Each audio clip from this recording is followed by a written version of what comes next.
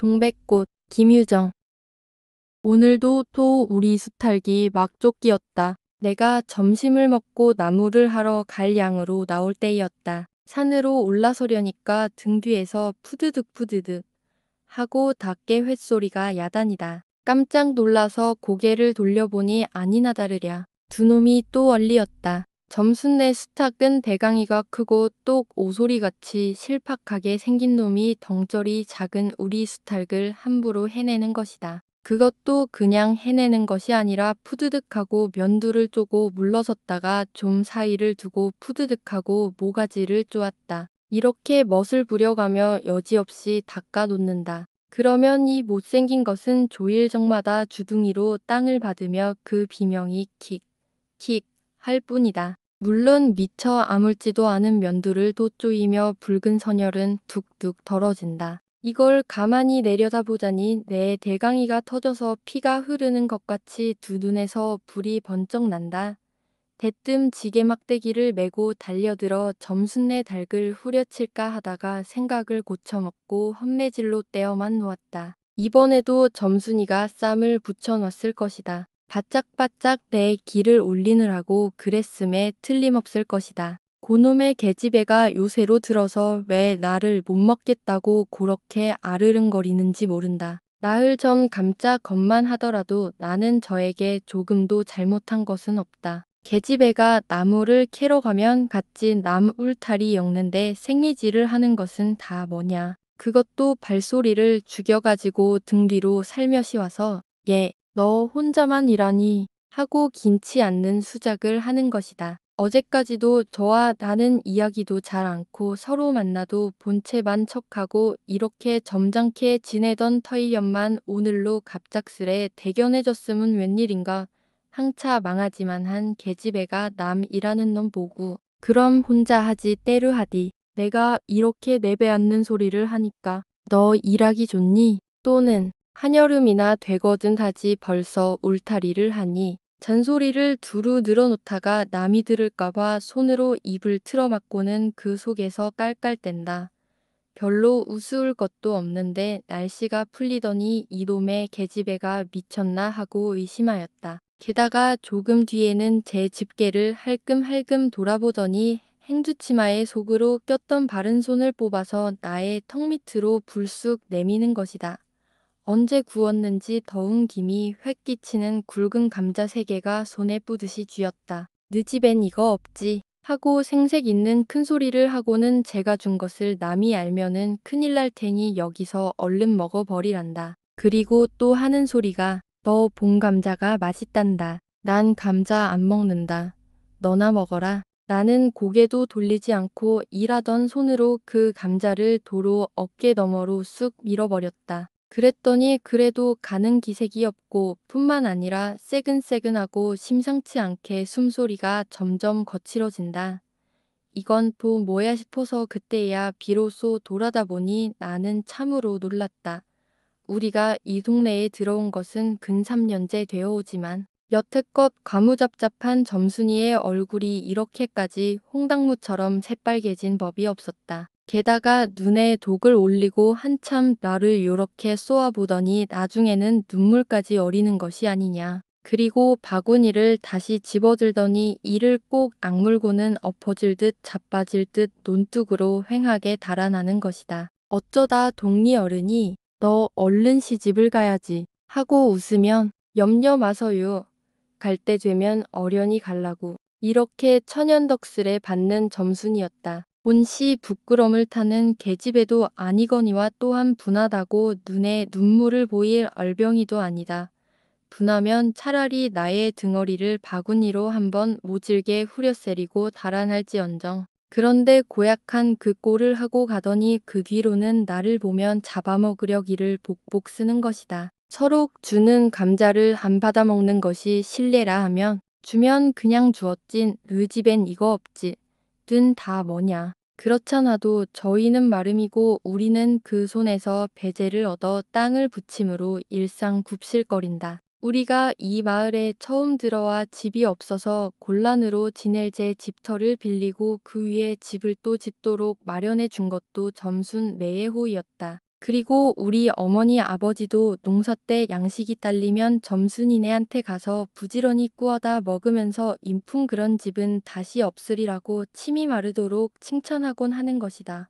그러면서도 17씩이나 된 것들이 수군수군하고부터 다니면 동네의 소문이 사납다고 주의를 시켜준 것도 또 어머니였다. 왜냐하면 내가 점순이 하고 일을 저질렀다가는 점순내가 노할 것이고 그러면 우리는 땅도 떨어지고 집도 내쫓기고 하지 않으면 안 되는 까닭이었다. 그런데 이놈의 계집애가 까닭없이 기를 복복 쓰면 알을 말려 죽이려고 드는 것이다. 눈물을 흘리고 간 다음날 저녁 나절이었다. 나무를 한 찜 잔뜩 쥐고 산을 내려오려니까 어디서 닭이 죽는 소리를 친다. 이건 위집에서 닭을 잡나 하고 점순내울 뒤로 돌아오다가 나는 고만 두 눈이 동그랬다. 점순이가 저희 집 봉당에 홀로 걸터 앉았는데 이게 치마 앞에다 우리 씨암탉을 꼭 붙들어 놓고는 이놈의 씨닭 죽어라 죽어라 요렇게 안팡스레 패 주는 것이 아닌가. 그것도 대가리나 치면 모른다마는 아주 알도 못 낳으라고 그 볼기짝개를 주먹으로 콕콕 쥐어박는 것이다. 나는 눈에 쌍심지가 오르고 사지가 부르르 떨렸으나 사방을 한번 휘둘러보고야 그제서야 점순이 집에 아무도 없음을 알았다. 잡은 참 쥐게 막대기를 들어 울타리에 중턱을 후려치며 이놈의 계집애 남의 닭 알 못 낳으라고 그러니 하고 소리를 빽 질렀다. 그러나 점순이는 조금도 놀라는 기색이 없고 그대로 의젓이 앉아서 제 닭 가지고 하듯이 또 죽어라 죽어라 하고 패는 것이다. 이걸 보면 내가 산에서 내려올 때를 겨냥해 가지고 미리부터 닭을 잡아가지고 있다가 내보라는 듯이네. 앞에서 죄지르고 있음이 확실하다. 그러나 아는 그렇다고 남의 집에 뛰어들어가 계집애하고 싸울 수도 없는 노릇이고 형편이 썩 불리함을 알았다. 그래, 닭이 맞을 적마다 지게 막대기로 울타리를 후려칠 수밖에 별 도리가 없다. 왜냐하면 울타리를 치면 칠수록 울섭이 물러앉으며 뼈대만 남기 때문이다. 허나 아무리 생각하여도 나만 믿지는 노릇이다. 아, 이년아. 남의 닭 아주 죽일 터이야. 내가 도끼 눈을 뜨고 다시 꽥 호령을 하니까 그제서야 울타리께로 쪼르르 오더니 울 밖에 섰는 나의 머리를 겨누고 닭을 내팽개친다. 에이 더럽다. 더럽다. 더러운 걸 널떨어 입대 끼고 있으랬니? 망할 계집애년 같으니. 하고 나도 더럽단 듯이 울타리깨를 횡하게 돌아내리며 약이 오를 대로 다 올랐다. 라고 하는 것은 암탉이 풍기는 서슬에 나의 이마빼기에다 물짓똥을 찍 갈겼는데 그걸 본다면 알집만 터졌을 뿐 아니라 골병은 단단히 든 듯 싶다. 그리고 나의 등 뒤를 향하여 나에게만 들릴 듯 말 듯한 음성으로 이봐 보 녀석아. 예, 너 베넷병신이지? 그만둬 좋으련만. 예, 너네 아버지가 고자라지. 뭐 울아버지가 그래 고자야. 한량으로 10번거지가 나서 고개를 획 돌리어 바라봤더니 그때까지 울타리 위로 나와 있어야 할 점순이의 대가리가 어디 갔는지 보이지를 않는다. 그러다 돌아서서 오자면 아까의 한 욕을 울밖으로 또 퍼붓는 것이다. 욕을 이토록 먹어가면서도 대거리 한마디 못하는 걸 생각하니 돌부리에 채이어 발톱 밑이 터지는 것도 모를 만큼 분하고 급기야는 두 눈에 눈물까지 불끈 내솟는다. 그러나 점순이의 치매는 이것뿐이 아니다. 닭뼈스를 좋아한다면서도 사람들이 없으면 틈틈이 제 집 수탉을 몰고 와서 우리 수탉과 쌈을 붙여 놓는다. 제 집 수탉은 석 험상궂게 생기고 쌈이라면 회를 치는 고로 을에 이길 것을 알기 때문이다. 그래서 툭하면 우리 수탉이 면두며 눈갈이 피로 흐드르하게 되도록 해놓는다. 어떤 때에는 우리 수탉이 나오지를 않으니까 요놈의 계집애가 모이를 쥐고 와서 꿰어내다가 쌈을 붙인다. 이렇게 되면 나도 다른 배차를 차리지 않을 수 없었다. 하루는 우리 수탉을 붙들어 가지곤 언짓이 장독기로 갔다. 삼달객에 고추장을 먹이면 병든 황소가 살모사를 먹고 용을 쓰는 것처럼 기운이 뻗친다 한다. 장독에서 고추장 한 접시를 떠서 닭 주둥아리께로 들여 밀고 먹여보았다. 닭도 고추장에 맛을 들였는지 거스르지 않고 거진 반 접시 턱이나 곧잘 먹는다. 그리고 먹고 금시는 용을 못 쓸 터이므로 얼마쯤 기운이 돌도록 회 속에다 가두어 두었다. 밭에 두엄을 두어 짐 전해고 나서 쉴 참에 그 닭을 안고 밖으로 나왔다. 마침 밖에는 아무도 없고 점순이만 저희 울 안에서 헌옷을 뜯는지 혹은 솜을 터는지 웅크리고 앉아서 일을 할 뿐이다. 나는 점순내 수탈기 노는 밭으로 가서 닭을 내려놓고 가만히 맥을 보았다. 두 닭은 여전히 얼리어 쌈을 하는데 처음에는 아무 보람이 없었다. 멋지게 쪼는 바람에 우리 닭은 도 피를 흘리고 그러면서도 달게 죽지만 푸드득 푸드득하고 올라뛰고 뛰고 할 뿐으로 제법 한번 좋아 보지도 못한다. 그러나 한 번엔 어쩐 일인지 용을 쓰고 펄쩍 뛰더니 발톱으로 눈을 하비고 내려오며 면두를 쪼았다. 큰 닭도 여기에는 놀랐는지 뒤로 범실하며 물러난다. 이 기회를 타서 작은 우리 수탉이 또 날쌔게 덤벼들어 다시 면두를 쪼니 그제서는 감대사 나온 그 대강이에서도 피가 흐르지 않을 수 없다. 옳다 알았다. 고추장만 먹이면은 되는구나 하고 나는 속으로 아주 쟁그러워 죽겠다. 그때에는 뜻밖의 내가 닭쌈을 부쳐 놓는데 놀라서 울 밖으로 내다보고 섰던 점순이도 입맛이 쓴지 눈살을 찌푸렸다. 나는 두 손으로 볼기짝을 두드리며 연방 잘한다 잘한다 하고 신이 머리끝까지 뻗치었다. 그러나 얼마 되지 않아선 아는 넋이 풀리어 기둥같이 묵묵히 서 있게 되었다. 왜냐하면 큰 닭이 한번 조인 안가품으로 호들갑스레 연거푸 쪼는 서슬에 우리 수탉은 질끔 못하고 막 곪른다. 이걸 보고서 이번에는 점순이가 깔깔거리고 되도록 이쪽에서 많이 들으라고 웃는 것이다. 나는 보다 못하여 덤벼들어서 우리 수탉을 붙들어 가지고 도로 집으로 들어왔다. 고추장을 좀 더 먹였더라면 좋았을걸. 너무 급하게 쌈을 부친 것이 퍽 후회가 난다. 장독께로 돌아와서 다시 턱 밑에 고추장을 들이댔다.